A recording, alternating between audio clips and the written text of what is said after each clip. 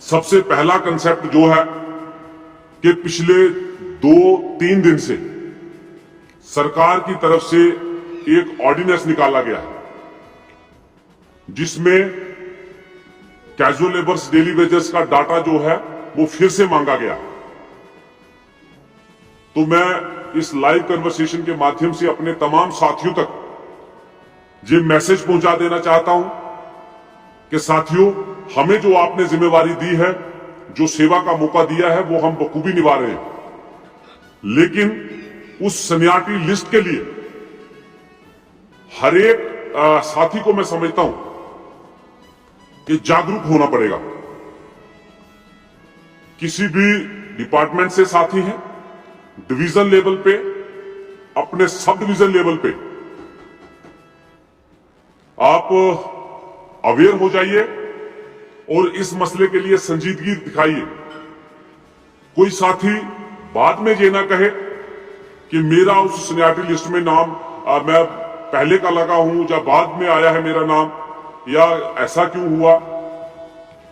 तो मैं तमाम साथियों तक ये मैसेज पहुंचा देना चाहता हूं कि सभी साथी उसमें अवेयरनेस दिखाएं, और खास तौर पर जो हमारी टीमें बनी हैं, एसोसिएशन की जो टीमें हैं, उनकी भी मेरी रिक्वेस्ट है उनसे कि ये वक्त जो है, आपने देखा है परफॉर्मा भी जो है वो वायरल हो रहा है और कई फेसबुक पे, व्हाट्सएप ग्रुप्स में भी जो है उसको वायरल पहुंचा है, कईयों ने देखा भी है।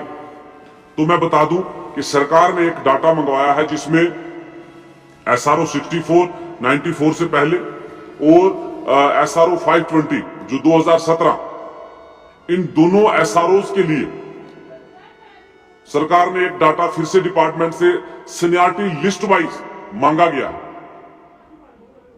तो मेरी जहां जहां भी मेरे डिवीजन लेवल पे जो रिप्रेजेंटेशन है, उनसे मेरी खास तौर पर अपील है कि रिप्रेजेंटेशन का यही एक मौका होता है। यहां पर जो है वर्कर्स अपने साथियों के लिए जो है काम करने का समय होता है, और इस समय घरों में बैठने का समय नहीं है। आप कंफर्म करिए। और मैं अपने तमाम कैजुअल लेबर्स डेली वेजर साथियों को ये मैसेज पहुंचाने के लिए आज लाइव कन्वर्सेशन के माध्यम से जुड़ा हूं कि इसमें संजीदगी दिखाएं, अवेयर हो जाएं और बढ़ चढ़कर जो है इस सीनियरिटी लिस्ट का जो है पता करें अपने डिवीजन वाइज, कि डिवीजन वाइज जो लिस्टें भेजी गई हैं, पहले भी भेजी गई हैं, कहीं फिर से कहीं किसी का कोई नाम वगैरह ना रह जाए, कहीं किसी का जो है आगे का पीछे और पीछे का आगे ना हो जाए, कहीं कोई दिक्कत आती है तो उस इशू के लिए अभी से अवेयर होकर के अपने डिविजन्स के लिए जो है जो रिप्रेजेंटेशन है वो इस मसले पे अवेयरनेस दिखाए। ये मेरा पहला स्टेप है और बहुत संजीदगी से इस पॉइंट को लें। ये जरूरी विषय है, कहीं बाद में बातें करने से बेहतर है। और एक चीज मैं और साथियों कह देना चाहता हूं, बहुत सारे मेरे कैजुअल लेबर साथी ऐसे हैं जा तो उन्हें नौकरी की जरूरत नहीं है, अगर नौकरी की जरूरत है तो अपने डेली वेजर भाइयों के लिए उल्टे सीधे कमेंट करना बंद कर दीजिए। कभी फेसबुक पे जाकर के उल्टे सीधे कमेंट करते हैं, कभी व्हाट्सएप पे उल्टे सीधे कमेंट करते हैं। साथियों, BR अंबेडकर साहब ने एक शब्द कहा था कि हो सके तो अपने हक के लिए लड़ो, अगर लड़ नहीं सकते हो तो जो लोग लड़ रहे हैं उनका साथ दो, अगर वो भी नहीं कर सकते हो तो कम से कम उनके लिए अगर गलत अपशब्द ना कहो कि जिससे जो लड़ने वालों का मनोबल टूटे। तो ये मेरा दिल की गहराइयों से मैसेज है उन साथियों तक, अगर उन्हें नौकरी की जरूरत नहीं है तो वो छोड़ दे नौकरी, कोई ऐसी बात नहीं।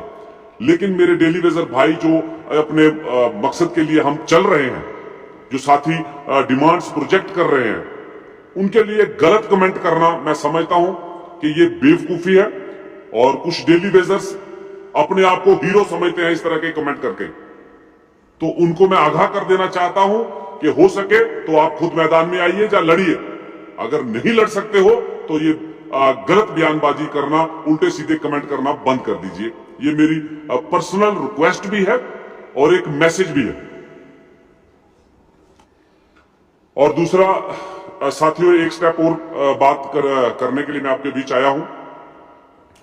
बहुत सारे मेरे साथी अलग अलग एरिया वाइज से मुझे मैसेज आते हैं, फोन कॉल्स आते हैं कि बहुत सारे साथी जो डेथ कर गए उनके लिए क्या है। जो साथी 60 साल उम्र पूरी करके खाली हाथ घर को लौटा दिए गए हैं उनके लिए क्या है।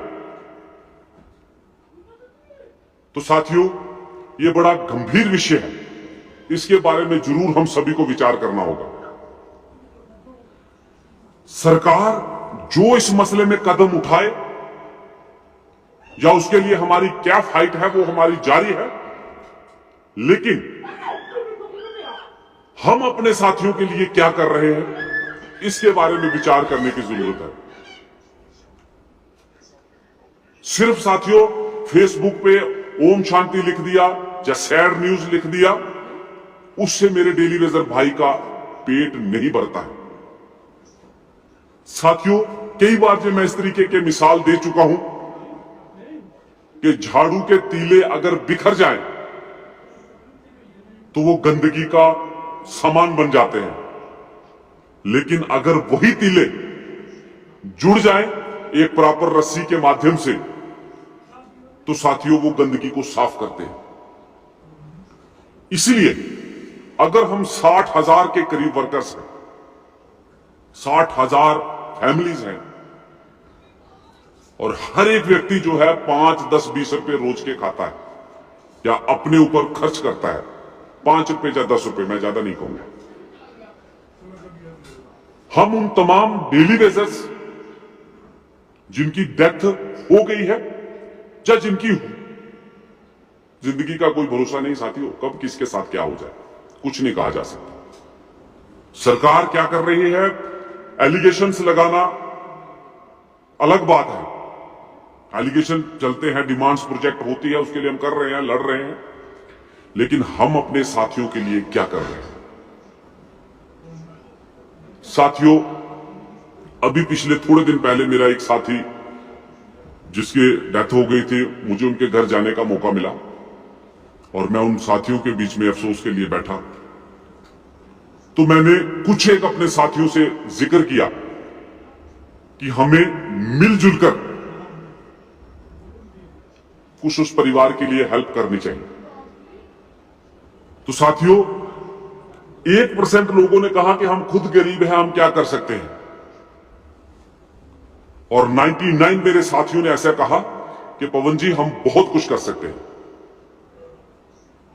किसी ने 50 दिए, किसी ने 10 दिए, किसी ने 100 दिया, और जितनी हमसे हो पाया हम उस परिवार में पहुंचे।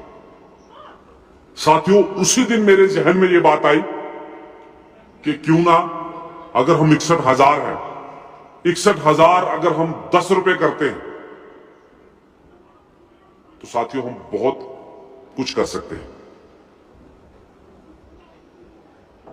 और हम अपने, ये हमारा डेली वेजर्स, हमारे कैजुअल लेबर्स हमारा परिवार है, और अगर हम परिवार के लिए कुछ ना कर पाए तो बहुत अफसोस की बात रहेगी। मंजिल मिले ना मिले ये अलग बात है, लेकिन हम कोशिश ना करें ये गलत बात है।